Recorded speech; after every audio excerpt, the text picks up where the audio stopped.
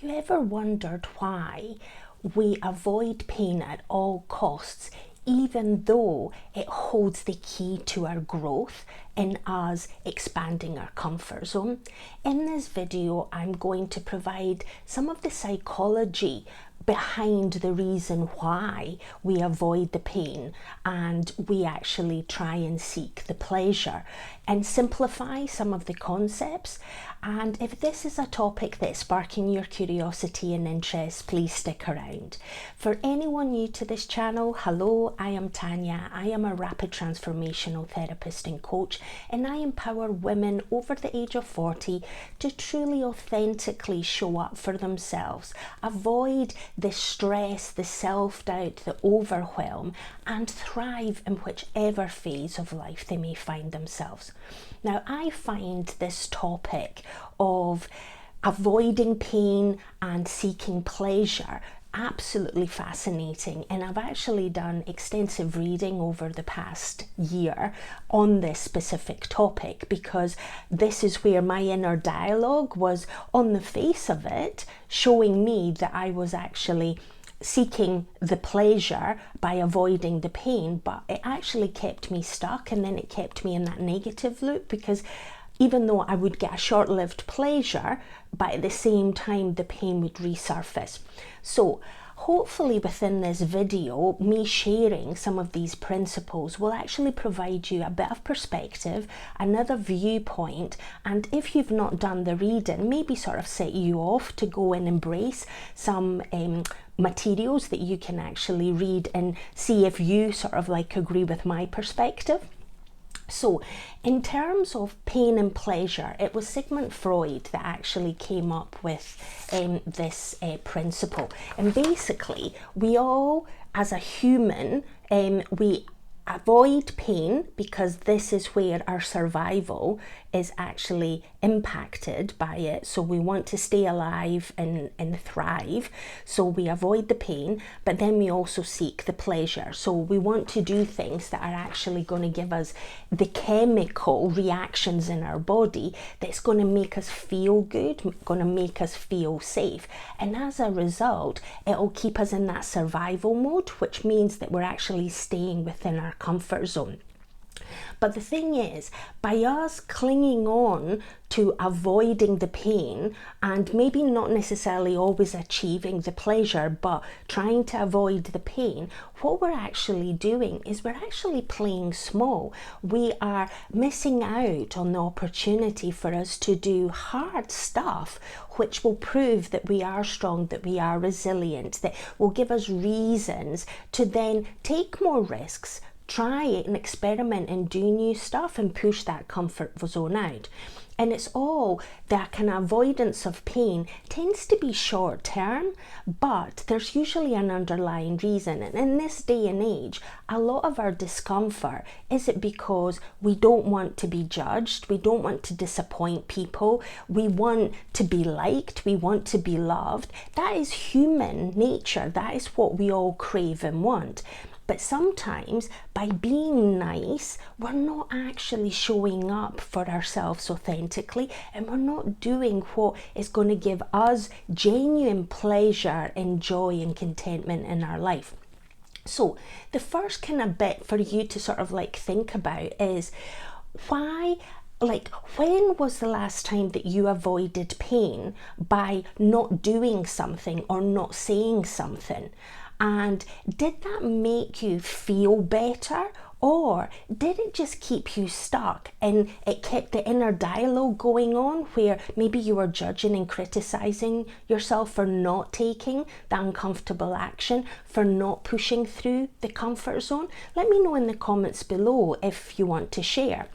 Now, the second bit, why we are sort of avoiding pain and it keeps us in the survival mode, this is where many of us are avoiding the pain habits, come from beliefs that are ingrained from our childhood. And my training within rapid transformational therapy and coaching with Marissa Peer in her training school have sort of there's three core beliefs that as human beings have, that we are maybe not lovable, which is we are not enough, we do not belong, or that good things are not available to us, it's someone else, it's not us. Those three kind of fundamental core beliefs are not necessarily what are actually going to serve us and propel us and help us get the growth and achieve the goals and aspirations in our life. They actually keep us stuck. They keep us in that comfort zone because it makes us criticize ourselves and hold us back from taking some uncomfortable action.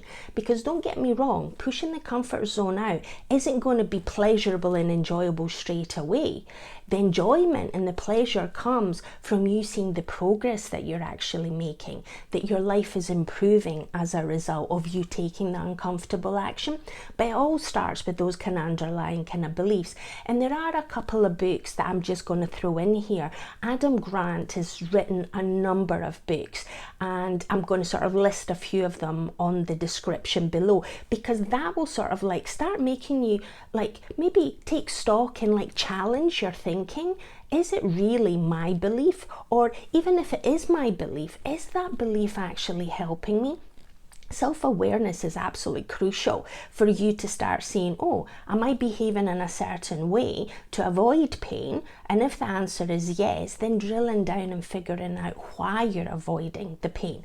So the psychology is that we're human beings, and as human beings we want to survive, and in order to survive we seek comfort, so we stay in that comfort zone and we don't push out of the boundaries. Because we want to be loved, we want to be accepted, we want to belong.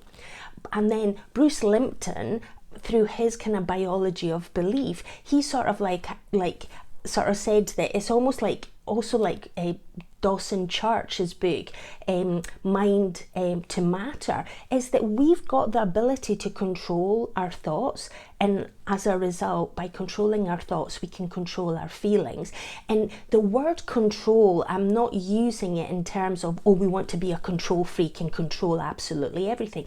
It's just we need to be self-aware as to how we show up, why we show up the way that we do, and then figure out, is that helping us? Is that serving us? And if the answer is no, then figure out other ways, other things that you can do. Introduce new habits, introduce new patterns of behavior.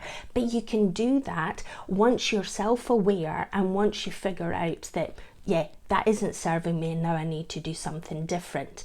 And this is where, what belief is driving your need to avoid discomfort? Is it because you don't think that you are good enough and lovable and that you're going to disappoint people? Or is it because having difficult conversations creates so much discomfort in you? You want to be the peacemaker, you want to be the people pleaser, you want to be liked by others, but by doing so, you're not necessarily showing up for yourself authentically, and as a result you're keeping yourself stuck. So on the face of it, you're not taking one uncomfortable action, but then you're staying in another uncomfortable belief pattern that's criticizing, judging, and keeping you stuck. So this is where that self-awareness will start making you becoming aware of what's holding you back and what is that kind of discomfort. Where does it stem from? Because all discomfort will be short-lived. Every emotion is like a wave.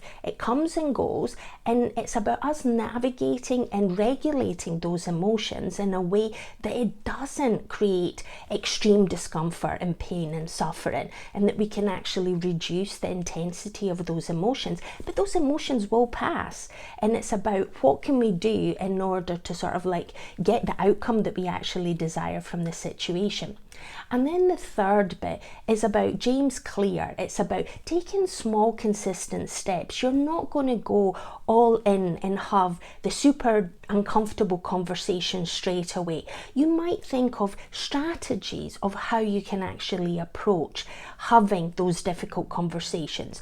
Terri Cole in her boundary work, it's all about maybe not necessarily saying no straight away when you get a request, but it's about you sort of like pausing, reflecting, and then going back and sort of like either agreeing to doing something, but you're doing it when it actually is suitable and when it's a net win kind of situation where you benefit from the interaction and you've got the bandwidth and capacity to do it. Because at the end of the day, if it is all give and you're never sort of taking or matching the kind of exchange, then you're going to feel depleted, you're going to feel overwhelmed, and as a result then you will become resentful. And whether that reflects in your external relationships with people or just the inner dialogue that you have, you're still going to feel emotions, and it's probably going to be more negative emotions that you're going to experience as a result.